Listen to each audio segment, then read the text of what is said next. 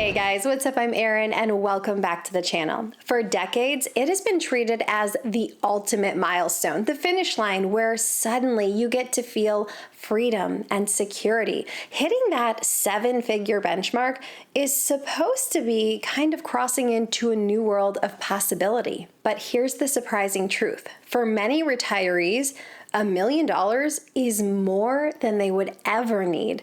For many retirees who retire with this amount or any amount, they often finish retirement with far more than they ever started with. Financial media loves to hype the $1 million mark. It's clean, it's round, and dramatic. But reality tells a very different story. The median net worth for Americans aged 65 to 74 is about $410,000. That's less than half of that magical million. Average net worth for that same group is much higher, around $1.8 million. But that average number is heavily skewed by the ultra wealthy, and let's face it, most retirees aren't living like the top 1%. But here's the kicker. Most retirees aren't simply relying on their investments in retirement. Most heavily rely on Social Security, and currently the average payout for Social Security is about $2,000 a month. Now let's put some context to these numbers. The typical retiree spends about $4,600 a month, or about $55,000 a year. But this is all retirees, so let's break it down and add some nuance. If we simply look at all consumer households, they spend about $73,000 a year. But if we look specifically at households 65 and older, spending drops to about $57,800 a year, or roughly $4,800 a month. But again, we can break this down by age group. For those age 65 to 74, it's a little higher, about $60,800 a year, or roughly just over $5,000 a month. And for those 75 and older, it actually drops down to around $53,500 per year, or just under $4,500 per month. The trend is clear. Spending tends to decline with age. Yes, the cost for healthcare may increase, but the spending in every other category tends to decline. Entertainment, travel, food. So this tends to result in a net decrease in spending. Let's look at an example. Say we have a household with two retirees, both collecting the average Social Security benefit. Together, that's about $4,000 a month or $48,000 per year. Now let's compare that to the average spending for retirees age 65 to 74. Just under $61,000 a year. That leaves a gap of just $12,800 on an annual basis. If that couple was willing to draw down their investments at a 5% withdrawal rate, they'd only need about $256,000 in savings to cover that shortfall. Not $1 million, not even $500,000, just a quarter of that amount. What about a single retiree who has the average Social Security check, that $2,000 a month or $24,000 a year? Now, spending might be somewhat lower when you're single, but a lot of costs don't get cut in half, and some of those are the biggies, like housing, utilities, taxes, insurance, so those ones might remain fixed. So for this illustration, we're going to keep the spending benchmark at $60,800 per year. In this case, that leaves a gap of $36,800. At a 5% withdrawal rate, that person would need about $736,000 in savings to bridge the gap. Even here, living alone and covering about $37,000 simply from your investments, we're looking at a portfolio that is well below that $1 million mark. Now let's look at a couple who wants to spend more generously in retirement. We'll say $75,000 a year. It's above average, but it's not extravagant. It may include a bit more travel, helping your kids or grandkids, just enjoying life a little bit more. Still collecting two Social Security checks, so we'll say Social Security is $48,000 per year. That leaves them with a gap of $27,000 per year to fund through savings. At a 5% withdrawal rate, they'd need about $540,000 in investments to make that lifestyle sustainable. Again, notice the pattern. We have a couple who's spending more than the typical retiree, and they still don't need $1 million nest egg. To have a comfortable retirement, you can get by with modest savings and Social Security, and this is true for many retirees. And this is really the heart of it. When you start layering in Social Security, and when you recognize that spending tends to decline with age, that magic million becomes less relevant. For many households, that true number isn't a million, it's far less. And instead, we have better questions to ask. Instead of asking, do I have a million? Rather, it should be, do I know my number and does it cover the life I actually want to live? Here's something I see over and over again. Scroll through the comment section on any retirement video, mine or anyone else's, and you'll see from those who are approaching retirement, they're very concerned that their spending will stay the same or increase over time.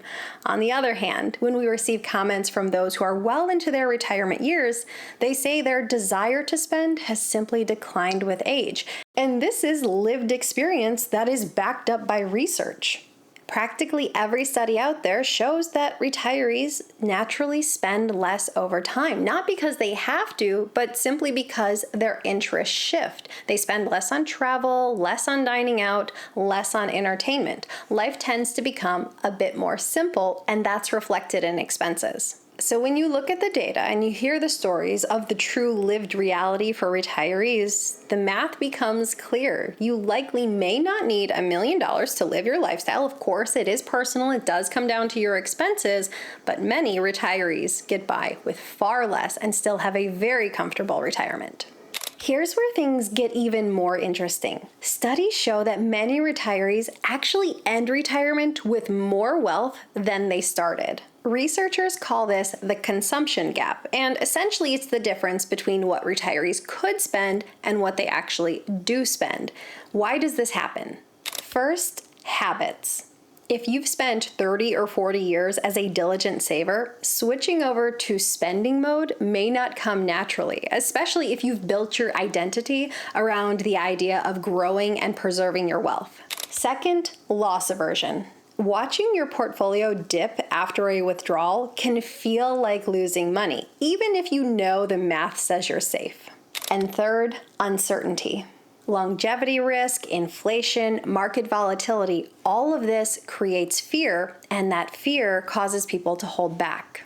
Financial planner Michael Kitces ran long-term simulations on the traditional 4% rule, and the results were staggering. Retirees withdrawing just 4% of their portfolio on an annual basis weren't just safe. They were far more likely to end retirement with 5 times their starting wealth level than they were to run out of money.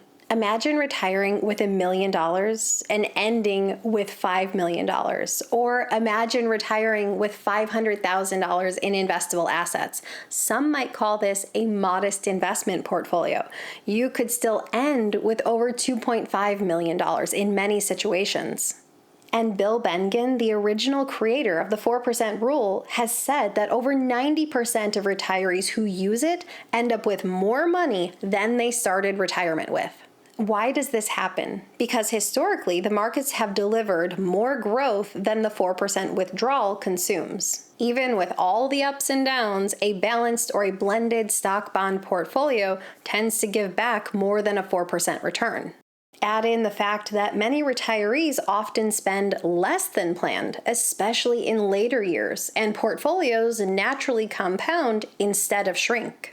And remember that the 4% rule itself was designed to survive the absolute worst case scenarios, retiring at the start of the Great Depression or right at the start of the 1970s stagflation. If you retire into average or even better conditions, it's truly conservative. Now, continuing to grow your portfolio throughout your retirement years can be fantastic if your goal is to leave a legacy or leave something behind to charity, but it is worth asking yourself, is that your real goal? Or are you shortchanging yourself when you could otherwise be living more fully?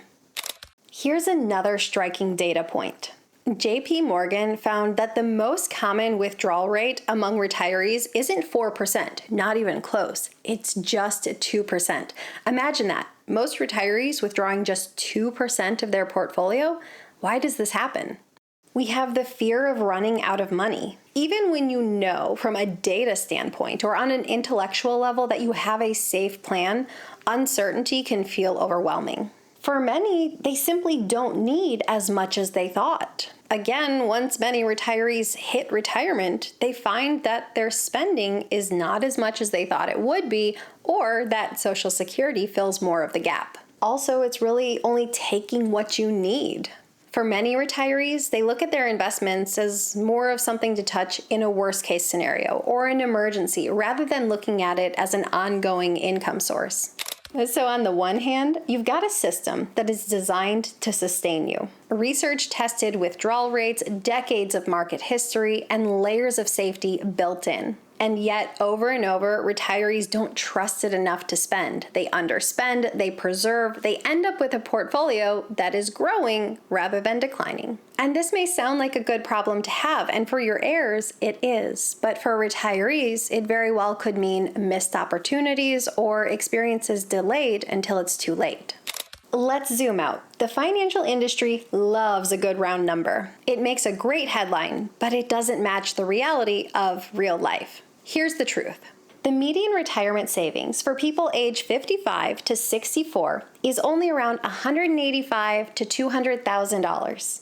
Most people aren't even close to hitting $1 million in investable assets, yet millions retire in a stable and a comfortable way. And why is that? Because the system isn't built around a single number. It's built in layers. And once you look at Social Security, a pension, modest savings, maybe some modest income, and some home equity, the picture changes. And once you add those together, many households find that they already have enough to live the lifestyle they want. And there's another stat I want to break down and add some nuance to. We often hear that about a quarter of retirees rely on Social Security for 90% or more of their income. That may sound alarming, and sometimes it is. That could mean for households with little to no savings or investments that they're living from one Social Security check to the next on a tighter budget than they ever imagined. But that same statistic includes people at the other end of the spectrum, those with very healthy Social Security checks. Imagine two high-earning spouses, each collecting $3,000 a month in Social Security benefits. That's $6,000 per month, or $72,000 per year, all guaranteed and inflation adjusted. If their lifestyle only requires $6,000 a month, they could have millions in savings sitting untouched and still be counted as relying on Social Security for 90% or more of their income. Why would they tap into their investments if they don't need to? Social Security is your first line of defense. It shows up every single month, regardless of what the market is doing. And if it covers all of your expenses, there's no need to touch your investments.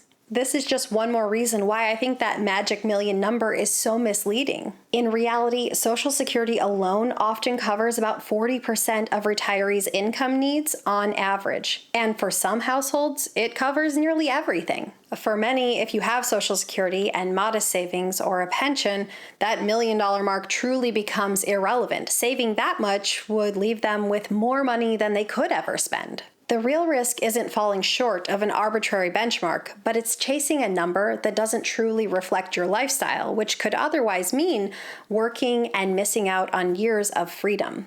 So how do you figure it out? Step 1, start with your expenses. What does your life really cost? Don't guess, write it down. Step 2, tally up your income sources. Social Security, a pension, rental income, part-time work, it all counts. See what's left. That gap is what your nest egg has to cover. And remember, your nest egg is not about bragging rights. What matters is that you can use a withdrawal rate that you are comfortable with and live the lifestyle that you are comfortable with. So when you see the math all laid out, maybe you realize you need $1 million. Maybe you realize you need far more or far less. What matters is that you're figuring out what works for you and not someone else's headline. You've worked too hard for too many years to let a myth dictate your retirement. The so-called magic million might grab a headline, but your retirement isn't a headline, it's your life. Retirement success is about giving yourself permission to hit your goals. But not only that, also giving yourself permission to spend it and enjoy it. So what are your thoughts? Leave them in a comment down below. I post new videos every single week. If you got anything at all out of this one, please give it a like. If you're new here, please consider subscribing. Or if you know of someone who might get something out of this type of content, please consider sharing. I'll see you soon. Bye. Gotta go let friends in. And suddenly you're supposed to feel freedom and security. Where the typical retiree spends about, I heard something behind me. Oh, Peanut's back there today. Ugh. Guys, sometimes it's hard to hit the end on the withdrawal. I bit off the tip of my tongue, and certain words are hard to pronounce. But I see it. I see all the comments. I do see them. But I'm kind of hands tied sometimes. I'm trying. I had a seizure, and I bit off the tip of my tongue, so it is a day for traffic. We're moving in 2 weeks. 2 weeks. I have no idea what the new background will look like. We'll figure it out. And we'll have quiet. I'm so excited. Giving yourself permission to spend it and enjoy it. What are your thoughts? Leave them in a comment.